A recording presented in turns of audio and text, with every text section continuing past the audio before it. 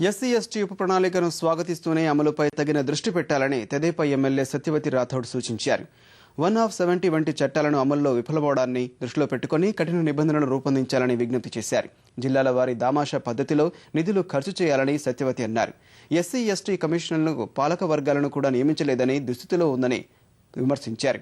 ఎన్టీఆర్ సదాశయంతో రూపొందించిన ఐటీడీఏ వ్యవస్థ నిర్వహణ లోపభూయిష్టంగా తయారైందని ఆవేదన వ్యక్తం చేశారు.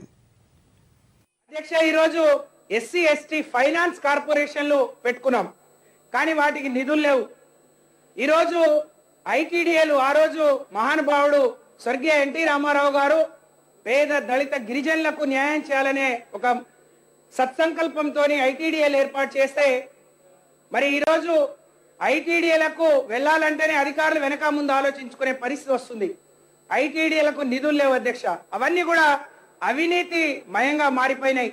ఈరోజు ఖమ్మం, విశాఖపట్నంలో 25% గిరిజనులు ఉంటే కడపలో 0.8% మాత్రమే ఉన్నారు.